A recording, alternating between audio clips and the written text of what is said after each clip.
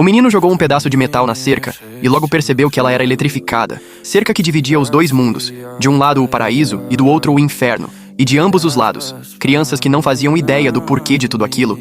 O garoto alemão questionou o motivo do judeu sempre usar pijamas e ele respondeu que não eram pijamas, e sim o uniforme que todos eram obrigados a usar. Ao ver a fumaça nas chaminés, Bruno perguntou a Sinoar o porquê daquele cheiro ruim, e ele respondeu que também não sabia o motivo. E enquanto conversavam, Bruno percebeu que seu amigo estava abatido, e por isso ele o convidou para conhecer sua casa. Mas Sinoar falou do arame eletrificado, e Bruno perguntou se ele não podia sair uma vez e após a pergunta, Sinoar, com uma expressão muito triste, afirmou que ninguém jamais poderia sair dali. Aquelas palavras do garoto judeu deixaram Bruno desconcertado, e então ele decidiu ir embora. E ao chegar em casa, ele questionou seu pai sobre aquele cheiro ruim das chaminés. E o homem desconversou e disse que deveria ser o lixo sendo queimado. E o garoto não podia deixar de pensar em seu amigo que, mesmo sendo judeu, era uma pessoa incrível. E por isso Bruno decidiu levar comida para ele e ainda levou uma bola de basquete. Após o garoto judeu devorar toda a comida levada por seu amigo, Bruno jogou a bola e o chamou para brincar.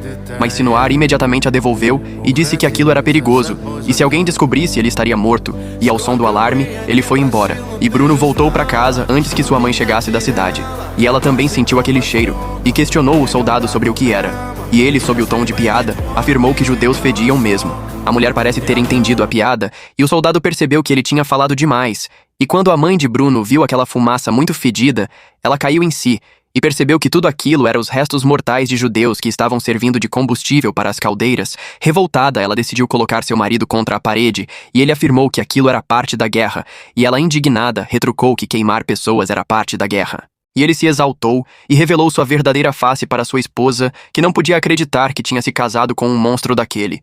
E Bruno acabou presenciando parte da discussão dos seus pais, que horas depois estavam jantando juntamente com o soldado fuxiqueiro que estava extremamente tenso por ter falado demais.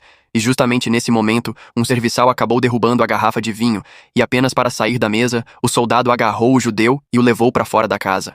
E nunca mais o velho judeu foi visto, e para substituí-lo foi enviado um garoto que era simplesmente Sinoar, o amigo de Bruno que lhe dava comida todos os dias. Mas ele acabou sendo descoberto pelo soldado que ficou furioso com o garoto e ameaçou matá-lo se ele comesse novamente.